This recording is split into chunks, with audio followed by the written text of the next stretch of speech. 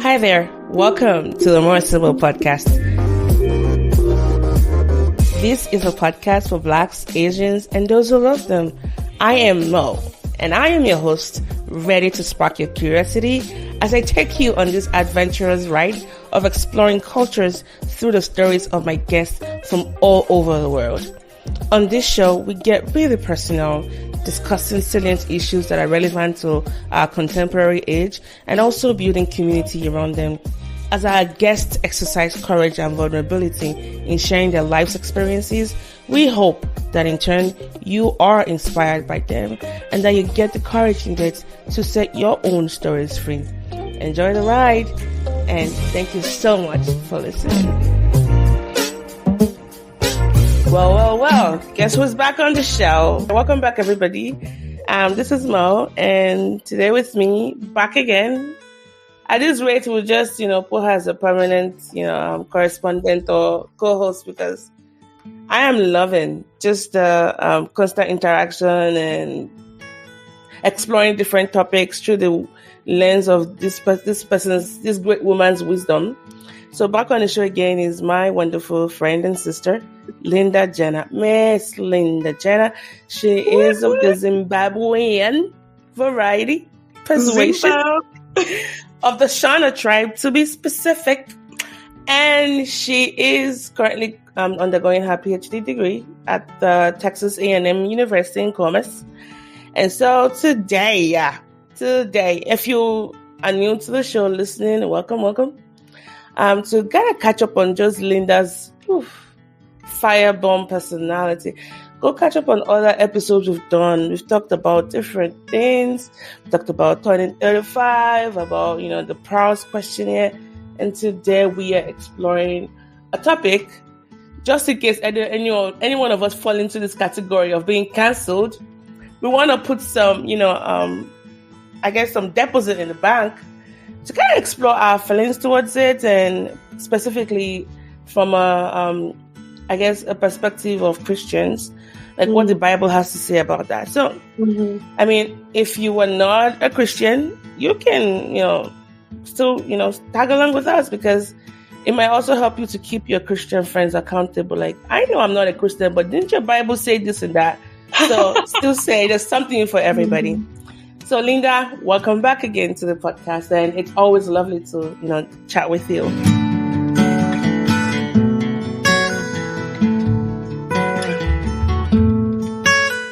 Thank you for having me again. I'm loving this coming back situation, I love it too. All right, so today we will be talking about cancel culture.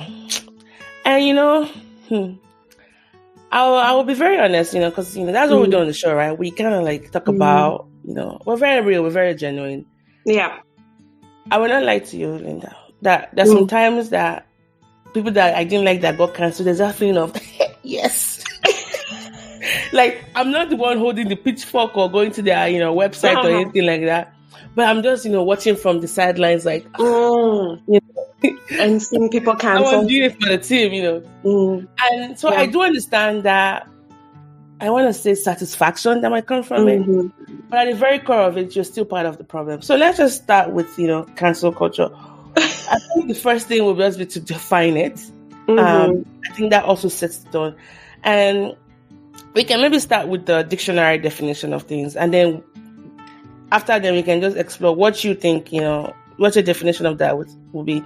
So according to the Merriam-Webster dictionary, cancel culture is the practice or tendency of engaging in the mass canceling. So note that word is mass, as a way of expressing disapproval, one, and exerting social pressure. That is loaded. But Ms. Linda, how do you define cancel culture? Cancel culture. Basically what I feel about my definition of cancel culture is that it's just writing people off. Just writing somebody off. That's what I define it as. I like the Urban Dictionary definition, though, because, these days we got to consult Urban Dictionary if No, you want but to be... remember, be careful as Christians to not get too lost into Urban Dictionary, because that place be crazy, y'all. But go ahead. Yeah. But We go back to it. Urban Dictionary, with being on a college campus and trying to understand the younger folks, you have to keep Urban Dictionary open. I'm finally coming to terms with how old I am. So cancel culture says that a modern internet phenomenon where a person is ejected from influence or fame by questionable actions. So I feel like that's exactly what's happening right now, right? It's that idea of being ejected from influence. Because when we're talking about cancel culture, we're talking mostly on the scale of celebrities, right? Influencers. So we're talking about like the A-listers and the B-listers. We're talking about Hollywood. And back in the days, back when they used to actually have what was called a Hollywood blacklist, which is essentially what has evolved into cancel culture now. That is literal. When I hear black, my ears got, perk up like, black what? But I know what you mean. Exactly. Yeah. But the kids have to label it something more different. But back to that definition by Urban Dictionary, I kind of want to, take a little bit of a pause there. I don't think it's a modern internet phenomenon. I think cancel culture has, always been as old as the hills. I mean, take for example, let's go back to the Bible, because, like the woman who was harlot and was going to be stoned to death. At that very moment, and then Jesus said he was without the first, is without sin should cast the first stone. Cast the first stone, yeah. I mean, they didn't have internet, but it was live streamed right there and there. So that to me speaks of the fact that these are not like new phenomenon. No, not at all. Yeah. Of phenomenon as aware. It's always been, it's just different, same day, same thing, different days, Yeah. It's just like fashion, right? Like right now, can you believe belly bottoms are coming back? And if you wear like skinny jeans, you're old. And skinny jeans used to be for young people. Oh, I just love that mom jeans are coming back. Like, because I ain't trying to like, fit into my dress like a muffin. So, off of that. And anyways, we digress. So, we've definitely defined, cancel culture. For me, it's going to be along that line. It's always like a cycle. Someone says something you don't like, go get your other tribes members, and then you unite against this person, and the person comes back and quickly gives that knee-jerk apology. And I'm sorry, and then, so I'm always, especially when the apologies like, microwave, in seconds like that, it makes me think like, has there really been a time for true reflection? Yeah, or that's true. Things that you're just thinking about, oh my gosh, I'm going to lose out on all these deals, all these monetary gains. And those are real fears. Let's not be, naive about that. Those are real issues that, especially when there's like impact for like livelihood. So that's one. Another thing is that from what I see about people who get cancelled, and some things should be, called out. So I think another thing we should talk about later on is, when does accountability begin and when does, cancel culture, stop? I think some things need to be called out. And as Christians, there are ways we should definitely call out, people that we think are falling away from, the edicts that have been set by Christianity. But then, so again, I go back to that place of, has true reflection actually taken place? Because usually there's like a knee-jerk, reaction to, oh, I don't want to get cancelled. So yeah, that'll be my definition.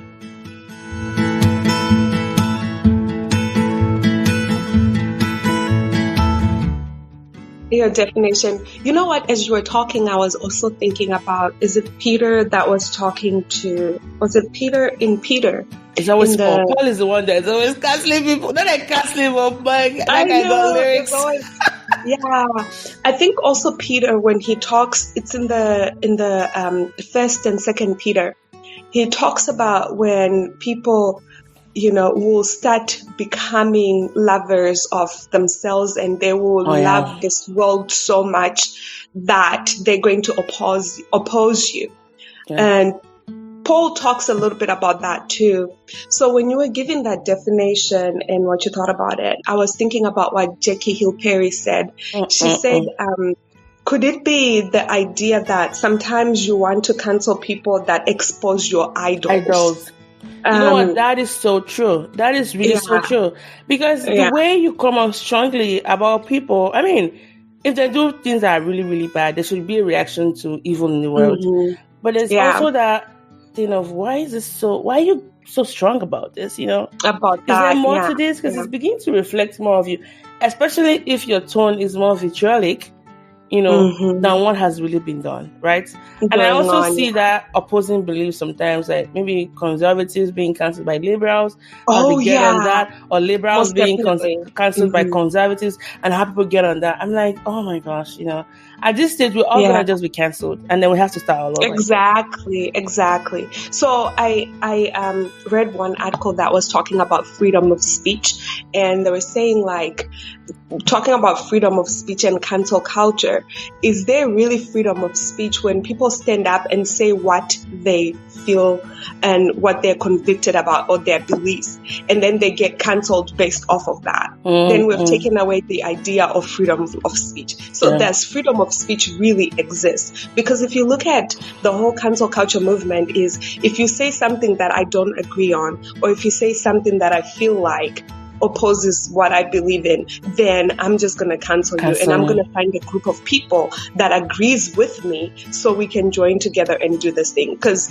again, like you said, it's about those masses coming together, agreeing on that one thing and deciding to say, okay, statistics, sample size, there's power in numbers. That's just the basic, explanation for that. And I think what's making it even more pervasive these days is the power of social media.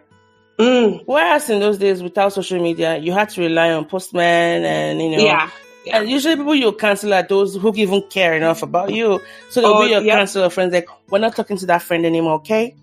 And then that will be, that friend has to be cancelled. But now with social media, even strangers that you don't know, who might live as far away as Iran or, Baghdad or wherever, you can get them to support your cause just with, a few, keystrokes.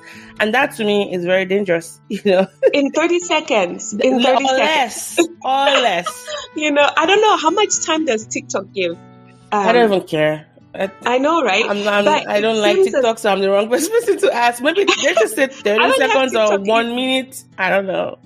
Yeah, I don't have TikTok either because I feel like I'll be in trouble if I do get on there. I don't even know how to. I don't want to start getting into videos and all that. It's like, it's in case of emergency break glass situation. Even at the dreariest part of the pandemic.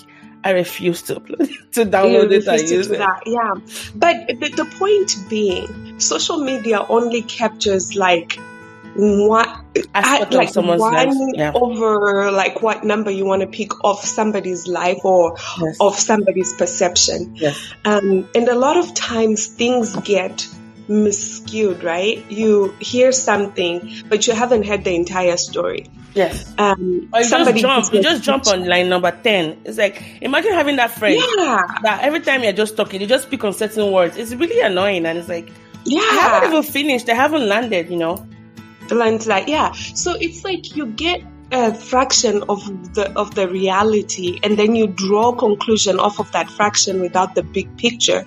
And I think we've lost the art of appreciation, the appreciation of the big picture, where you get the big picture and then you draw conclusions off of that, instead of these edited 30-second clips that you hear and you're like, I cannot believe they said that. But did you hear the rest of the speech though? If you listen to the rest of the speech, you might actually be for that person. Or maybe even not feel as strongly as you currently feel for that person. You might might still be neutral, which, is a good place to be. And then always think about that. Those clips, those, what they call the hot clips or the trigger clips, whatever names that they're called. They're usually the ones that they want to use to make people really get on on an issue. But when you listen to the entirety of the clips, you're like, it's actually a balanced message. How come I didn't get this version? Another thing I want to also say is that when people are cancelled or when people are called out, I'm more interested in what people around those people are saying about them. I'm saying that's true.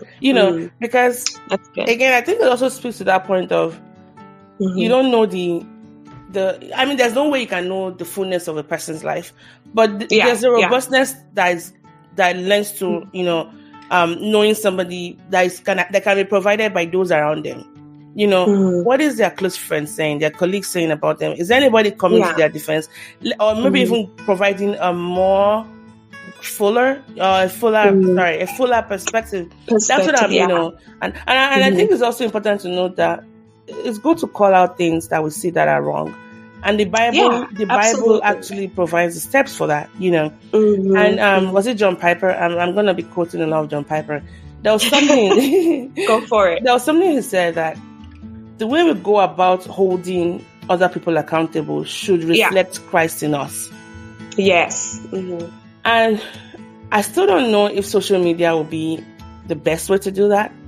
In an ideal setting, the church should, have a way to call that person to order and then, help them almost like 7 steps back to get you back into the fold. I really don't still think social media is, the best place to, get that done.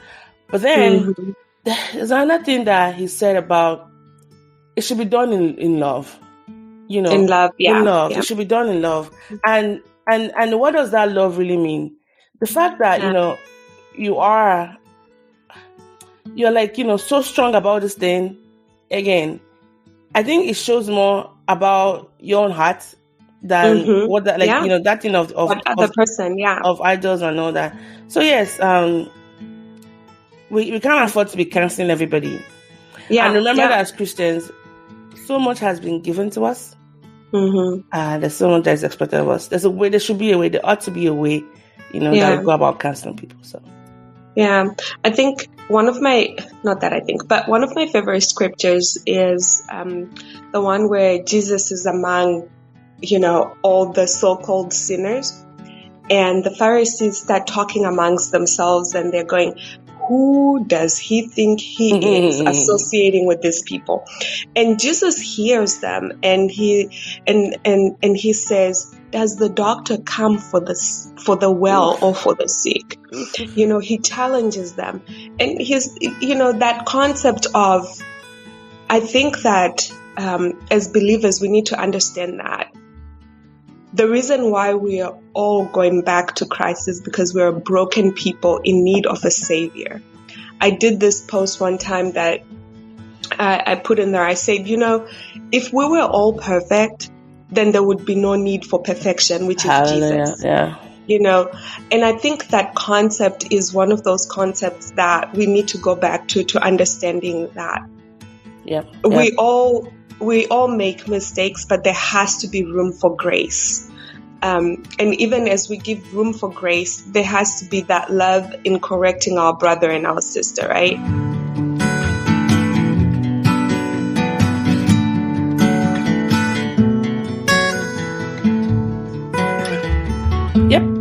Because it shows you love them, right? It shows that you really do care. Like, this sin in you, I see it. Or perhaps I have struggled with it. Or perhaps, this is what I did today. And I hardly see that when we, get on that bandwagon of canceling people. We don't even sometimes show them, ways they can, atone for their whatever. So what everybody's left to see is the apology. How big is it? How genuine is it? How long is it? What was the eye contact like? The body gestures? Did they undo these steps? Did they go apologize to that person? And let me back for that. I didn't do justice very well to what I said about John Piper. What he said was, and this is, he said, you gotta pass judgment if you want to obey the Bible. Don't be critical. Again, Christians, do not be critical of your fellow believers without manifesting strong affections of brotherly love. It's not coming from a place of, how dare you, How dare you, yep. I mean, even Galatians 6:1-2 says, brothers, if anyone is caught in any transgression, you are spiritual. You who are spiritual should restore him in the spirit of gentleness. Now, it says, keep watch on yourself, lest you fall to the too same be trap. tempted. You know what I mean? And what does that mean? It's always that concept of be careful the log you're trying to get out in, the speck you're trying to get out, from another person's eyes when you have this log in your own eyes. And that's that, Matthew 7:5. Again, we need to be very careful about how we go about doing it. Because when we join the world as Christians in perpetuating that narrative, especially when it's not done with love, then we're not reflecting Christ. And that's where I feel like it becomes problematic.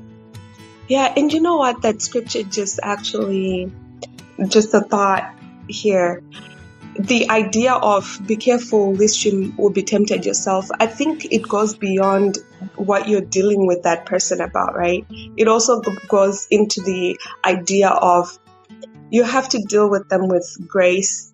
At least you become callous yourself, so hardened that you don't even want to deal with that person, or you might become like angry at them, or you might be tempted to just be like, you know what, forget you, I'm leaving. So many things can come out of that. I'm kind of like, for lack of a better way of explaining it, but there's this big idea in my head of other things that can come out of that, the reasons why we need to be careful, right? Yeah. I mean, I agree with that. Now, there's something, and I hate to use this reference again because urban culture is good, but man, that place sometimes needs to be cancelled. See what I did there? That along that line of that definition you had given, there was a second part of it, which was they said cancel culture is commonly caused by an accusation, whether that accusation has merit or not. It is as a direct result of the ignorance of people caused, by communication technologies outpacing the growth in available knowledge of a person. Again, I think sometimes, take for example, I don't want to give real life examples of celebrities because, but everybody gets this one story. Oh, let's just do that. Justice Smollett, right? Yeah. We heard that story of him being attacked, and it was just like, racist people in Chicago and all that. Yeah. And the news came back later, allegedly, because I don't want to get sued for this, that it wasn't what we knew. And I think if anything I've learned from social media is when you hear that breaking news, that hot story, take 10 steps backward and take it with a grain of salt. I'm going to just sit this one out and wait for the story to unfold before I start picking a side and then I look foolish at the end of the day. So again, some of those accusations might not be, genuine. They might not be, factual. The same thing as being genuine. So I think patience and just seeing how things, it's good to want to fight and speak out against evil is what we've been called to do as Christians.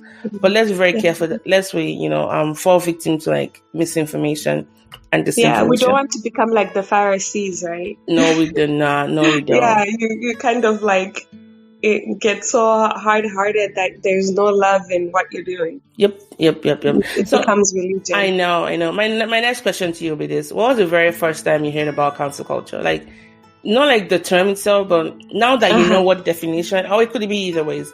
Either when you heard the term the first time, or now that you know what it really means, what was the first person that you thought was canceled that you could tell this was an effect of cancel culture? Oh, wow. So the first time I heard about cancel culture, I think was late last year, because sometimes I'm like late on the bandwagon. I'm late on the bandwagon. That's good. I live off the grid. And I remember thinking like, what is cancel culture? And then I just wrote it off and just went about my business, right? But now I've been hearing it so much that I ended up saying, what really is this? And so, I consulted Google as always. But to think of it, to answer the second part of your question, I think that a lot of people have been cancelled. Now that I'm thinking back, I think about the Dixie Chicks. They were cancelled. Oh, yeah, in Texas, right? Yeah, and they were major cancelled. I'm talking about cancel culture. That was real cancelling right there, because they completely fell off the map of out of business. Yeah. None of their stuff is being sold. Nothing. So I would say the Dixie Chicks. were the first people that I know for a fact were canceled. Yeah. I think I'm going to go way, way back. Even though we didn't know what the term was then, my very first, I guess, realization that this person has been canceled was when I was younger.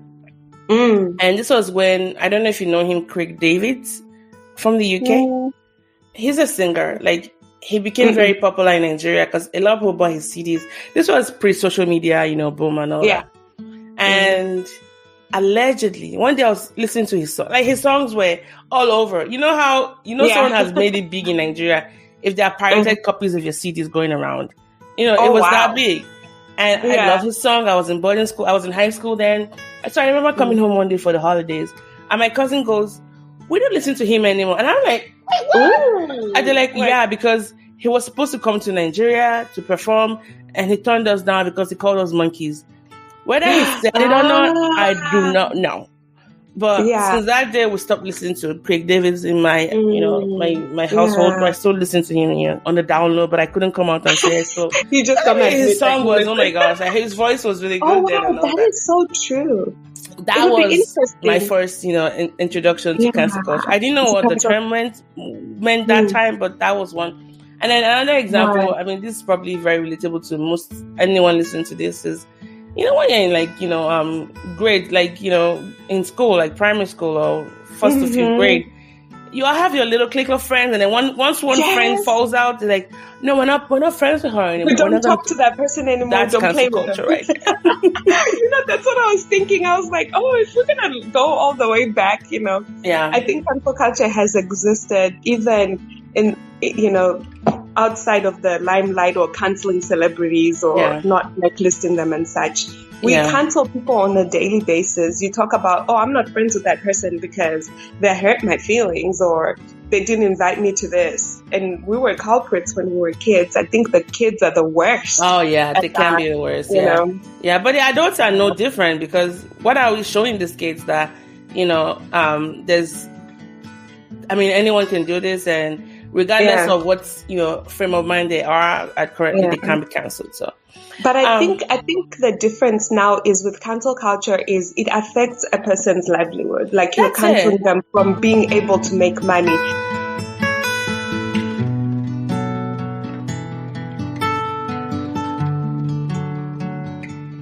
But it's intentional, though. It's intentional. It's an intentional trick. Yeah. You see people going to take, for example, God forbid, something happened. I said something. They will go to my employer. They'll go to my LinkedIn, find my employer, tag them. Is this the person you want to keep hiring? Absolutely. And then they will go against your employer's company, talking about, that company hires. They'll go to Yelp and give it like a 0, Or and it's only one person in the company. Oh, God forbid they get my address. I'll be doxxed. My address to be reviewed online. Before I know it, I start getting like poop in the mail. Again. Do I think that people should be called out and be made to take accountability for what they've done wrong? Yes. Yeah. And how do we go about doing this? It's not, there's no one fast rule for everything. I think it's on a case by case basis, depending on definitely the gravity of the crime. And if it's been proven to be, true, because again, we do know that we were so quick to jump on things and it's like, my bad. But you've already destroyed the person, you've ruined their reputation. And I think, let's talk about, and this is a perfect time to segue into the apology. What do you think about those apologies that come out? Right? Those ones that either videos and they're crying and, mascara is all one of, or there's like a long post with like love and peace and love and light at the end. What's your view on the apologies, I think sometimes, we got to add the theatricals, right? To make it come across. And I think as a people, like from the last episode that you had with Shula, talking about movies and entertainment. Chulu. Why did I Girl, she's from Zambia. I'm disappointed in you. My apologies. They're neighbors. I know. And she speaks Shona too. I could see the spelling of her name in my head. Shula might also mean something in your language, so I think that could be why. Yeah. But so, thinking about that, the whole entertainment idea, you know what I mean? So as people, we have our hearts get gripped when we see certain things. And if I come to you with a sincere apologies and there's no theatricals, you might think, oh, she doesn't mean it, right? Yeah. Depending on who you are. But if I come with all the theatricals, you might think I really mean it. And then some people will be able to read through that and say, you know what, this is not sincere, the whole discernment thing. Yeah. So I think it's I don't know. I can't be the judge of that. Maybe they're being sincere, maybe they are not. Who knows? But I feel like sometimes there is this coaching of you got to have the theatricals for it to make sense. Because then when you turn around, you see those very same people going back and doing those very things or even worse. Yeah, or even worse, and it's like, well, I thought we just apologized about that. So then now we're back. But hey, who knows? I mean, I'm also always worried about because I'm big on, if you're telling me you're sorry for something, what exactly are you sorry for? Like, I want to see the reflections, right? Yeah. Because sometimes how I approach apologies, like I've reflected on what I said or what I did that must have harmed you. Yeah. So in addition to saying I'm sorry, I'm going through that process of, I can see how what I said, hit you the wrong way. And for that, I'm sorry. And things absolutely. Like that. But I feel like the knee-jerk reaction is almost a way of these apologies. Is a way to save face and not lose their livelihood. So it really doesn't show that reflective, journey towards coming to that place of I'm sorry. And again, they could really be sorry. We have different ways of apologizing. But guess what? If you've already been cancelled, there's almost nothing you can do to make people because some people are still going to be mad at you. They might feel it's not genuine enough. Others might say so. So again, I really don't know the answers to these questions. That's so true.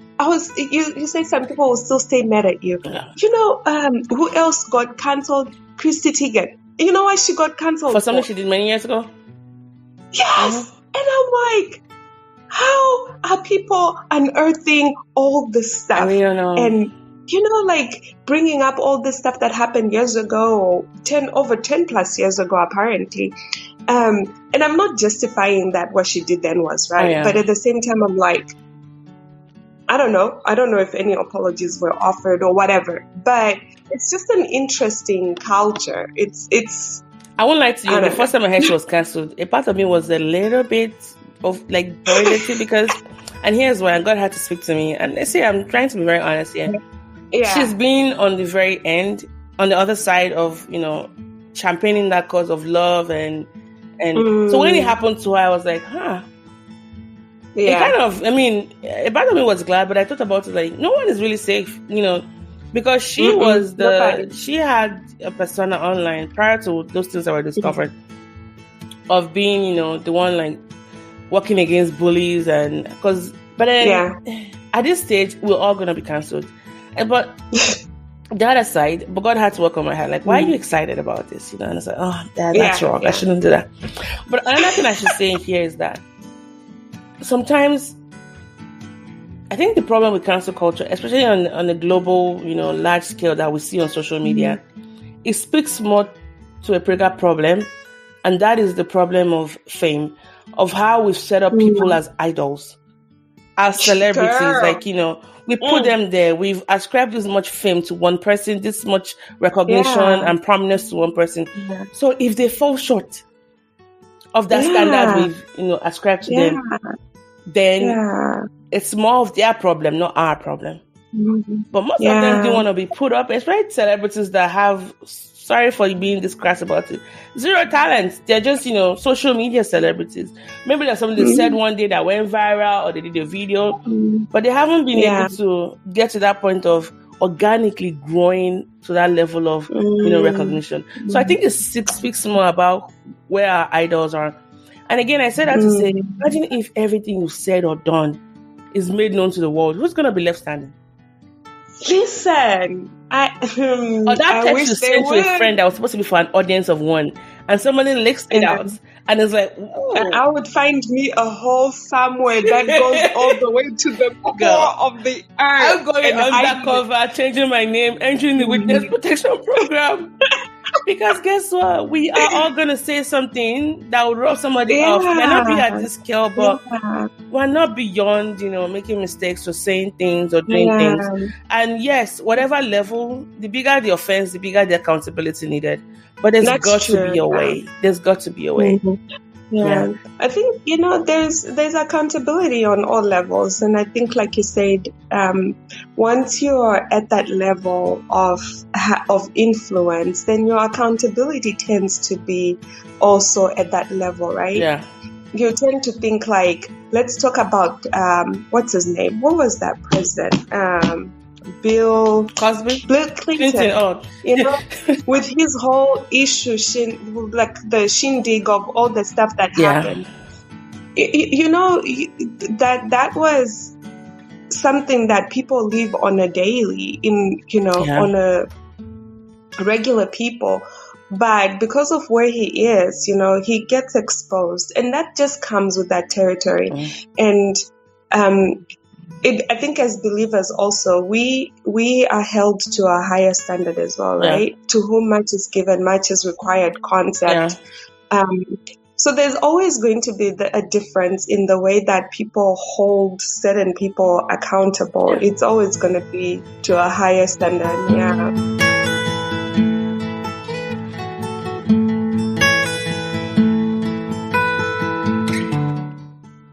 It's a power balance. I mean, even using the example of Bill Clinton, a lot of what we knew about Monica Lewinsky. I mean, I was watching this special episode she did with John Oliver the last night, the last week tonight, that his show on YouTube.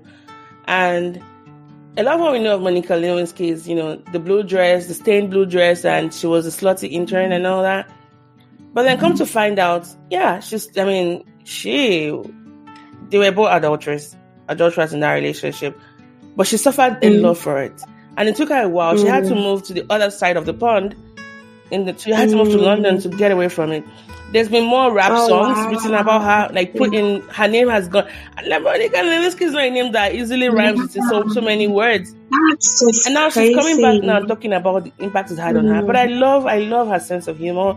I love that she's able to rise above it. But it also shows, I think, the strength of her character. I know that might be kind of, ironic to say, given what she's done, but she acknowledges the wrong she did, stepping out and getting involved with, not only the most powerful man on earth, but someone who was married. But how come Bill Clinton gets to, still be this, gets a pass? Yes, and she doesn't, And there was even some times where people were telling her to change her name, and she goes, "Why do I have to change my name?" Wow. And now she's really educating people because she was suicidal. She almost just wanted to die. Wow. Yeah, even her family members. And again, I think that's also something that I think we should touch on a little bit, is that when we counsel people, we might actually be affecting more than just the person. So that thing of whole livelihood, we do. The unseen people that you don't see around them on social media, they're family members, because now you're threatening their livelihoods. Yeah. Because then I think that's so true, because imagine how their kids are treated in school when that comes out. They're going to be affected too. Their quality of life gets affected as well. Just people around, people that know you will start getting questioned as well. Like, oh, did you know? Oh, what do you also do this? It just affects everybody. It's, I think we think that we're so individualistic, but at the end of the day, we're such a connected people that everything we do affects everything, Yep. And I think the biblical response is, like Paul says, to bear with each other, In this world, if somebody lets us down, that's often the end of a relationship. But we have been called to forgive whatever grievances we might have against one another. Forgive as the Lord, forgive us. And I think this kind of forgiveness it's a Christian virtue. It's what separates us. Because the concept of Christ dying on the cross and taking on our sin is an antithesis to cancel culture. He was cancelled for our sake, because he said a lot of things, he did a lot of things, and that's so true. Now, That's so true. others may, forgive, but only Christians have such a solid basis for forgiveness, Basis for forgiveness. And it has to be genuine forgiveness, it has to be, right? because it's biblically mandated, Yeah. And as C.S. Lewis says, to be a Christian means to forgive the inexcusable, because God has already forgiven the inexcusable in you. Inexcusable. And I think one word that kind of sums up is love, Paul says, above all, over virtues, put on love, which binds everything together in perfect unity. So love is not just an emotion, it's an action. An emotion, it's something you put on. And I think when we come through love, from grace, from forgiveness, we're able to see, oh man, you really messed up. That's true. But how can we help you get back? How can you see that part of reflection? I think that's what, as Christians, that's what should set us apart. Now, how can that be done on social media? Again, I think it's going to be quite hard. It's why the people around us, that particular individual, their church members, their pastors, should call them, back to order and, show the light of God, show the forgiveness of God. It's what will make the world better. The world needs to see us Christians be more proactive in that area. Be more practicing, and I think it also has to be done in the privacy of your house too, right? Well, it depends on the platform. If you're a public personality, there should be maybe a little bit of a sneak peek of what's going on behind the scene, but definitely stay away from social media, for a little bit and then come back. So you explain it, but you don't want to kill. And I think sometimes we have this selective grace of a celebrity we really, really like. We tend to look the other way, like, no, I can't. I refuse to believe this about you, so I'm just going to keep supporting you. That can still be problematic. And we tolerate certain things that we, I think even listening to the 30 Minutes with the Paris, I think when they talked about this topic, it kind of really. There's something they said that really struck a chord. It's very interesting when he talked about Ravi Zachariah. So as you know, I loved his works. I loved his teachings, and there were some things that really helped me in my personal journey and as a Christian and all that. So when none of that came to light, which again, there's still allegations, but they're strong ones, and I'm yet to see an equal and opposite, counter argument against them. But I had to backpedal, because whereas in the past I would share his quotes and, use him as references a lot, I'm not doing that as much as before. Not because I'm canceling him. I think because of just the heaviness of what I've heard about the victims. So it's out of consideration for them, And I don't have any ill will towards him. I do pray for his family, and every time, most times when I remember, for his family that had left to pick up the pieces of what has been broken, and then his victims as well, alleged victims. I think that's one way to do it, because for me to just still keep carrying on with the same momentum as I was doing before all this news came out, it still doesn't show that there's love involved. So my love for that will be not sharing about him as much as before, but rather than just go like, I hate that you've left this vacuum in my heart about, God, it's to just keep praying to God. And it took a while to get there, and praying for his victims.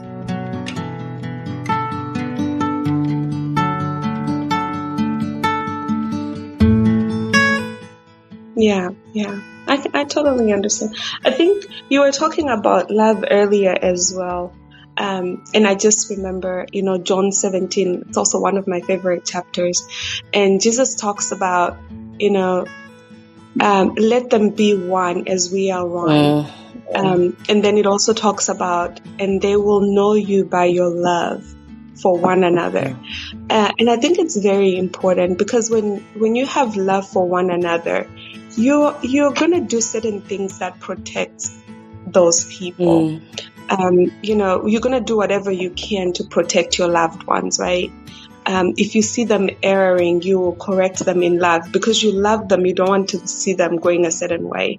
And I think it's very important as believers to come from that place. The Bible says they will know you by your love. How are we showing that love? How is it coming out?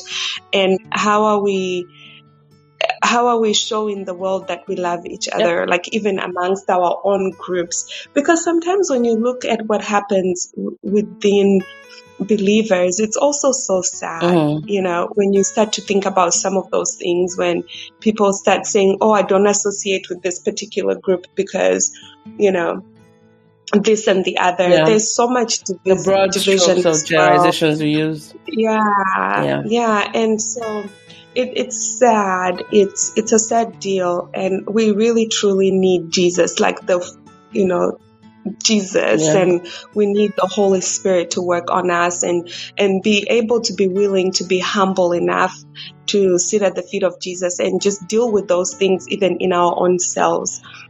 Because, like we said, sometimes it's a reflection of who we are at the end of the day more than of that other person. And we got to deal with that. Yep, I definitely agree with that.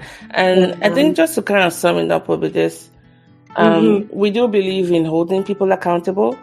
Now, how that should be done, there are biblical steps to it, calling the person to order. And then one thing we've both also said is when we cancel, it should be done out of love. And we should also take stock of our heart. Like, why am I reacting so strongly about this person, And because when we suppress the truth and the discomfort in us, that's what we want to make us cancel those things in other people. So it's more of a reflection of the state of our mind than what other person has done. And as Christians, for someone who has been given and forgiven so much, we cannot be quick to jump on that cancel culture, wagon. Again, there's accountability, and there's also, cancel culture. And you cannot be Christian and not want to speak the truth in love. Like, you cannot be, Christian and not want to call out something that is wrong. Because if you want to pass judgment, you have to pass judgment if you want to obey the Bible. You have to pass judgment. But then don't be critical of your fellow Christians without manifesting strong affections of brotherly love. And how do you do that? See what, the Bible has to say in Galatians 6:1-2. And also always ask yourself, do I sense God's peace about what I'm about to do? I gave examples of moments where I felt like that satisfaction of someone being cancelled. I will not lie, it felt good to hear that person was cancelled. So then it's like, to what end? Is that what Christ has called you to be? Even if you don't join in the pitchfork and, typing and tagging them and using their handle, you just being excited in your little corner of your room, you're still a part of that problem. So we all need more of God's grace. We all need more of God's grace. And I pray that God, opens our eyes of understanding. But that's it. And again, finally, is that counseling does not show I don't think it shows the ing, which is the present progressive state of living. You only see that little thing that person did. It might be big, but it's an aspect of their life. We don't see the whole breadth. We always think that people are not redeemable. It's why I'm really, really worried about cancel culture. Because almost like we want you off of the earth. The way I see it is like, way back in the days when pirates used to, hijack ships. And then they would just throw men overboard like you're done. Or they have them go walk to the very end of the ship and then the plank and then, throw them overboard. Is that I see. If there was like an island where you can just put misfit people, I bet they would have sent people, myself included, a long time ago. But let's give grace for God. Sorry, you wanted to say something. Oh, I was also going to say, and at the end of the day, I don't think that cancel culture is everything bad. I think that the way we execute sometimes is what the bad is. Like you were talking about the whole accountability. Accountability is definitely needed.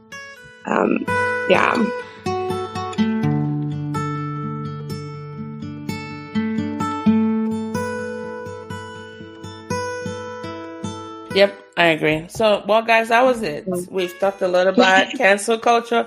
Sorry to cancel this meeting at this point, but it's been such a robust conversation with Miss Linda, as usual. We've talked a lot about, definition of cancel culture, what we think about it, how Christians should respond, and just the place of love, grace, and peace of God in everything we do. And even though which is hard to it's do. hard to do, even though this is related to cancel culture, but I bet, this can also be applied to other areas of your life where we can be struggling. But as always, remember that there's nothing too big, for God to do. And so, yeah, this has been the episode. Yeah. And thank you so much, Linda. Yeah, absolutely. You're welcome. This has been quite interesting and quite the journey. Awesome. Well, guys, this has been it. Then catch you guys on another episode. Catch you guys on another. Where are the words, sister? My tongues have cancelled. My tongue has been cancelled from my mouth. Cancelled you. Catch you guys on another episode of the More Sibyl podcast. I remain your host, More Sibyl. Bye for now. All right, sis.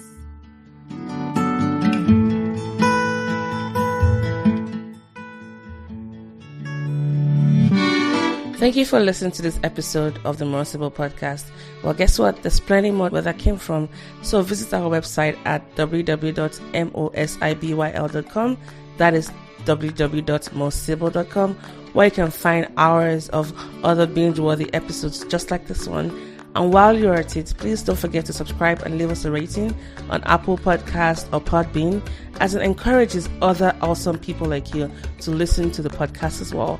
We are now officially on Podbean. It has an app. You can catch up on missed episodes and also get a notification when we have new episodes. Do you have a question for our guest, feedback on the episode, or a suggestion for a future guest? Then please get in touch with us by sending us an email at talktomo@moresibyl.com or connect with us via Instagram at the More Sibyl podcast. Cannot wait to hear from you, and thank you so much for always listening.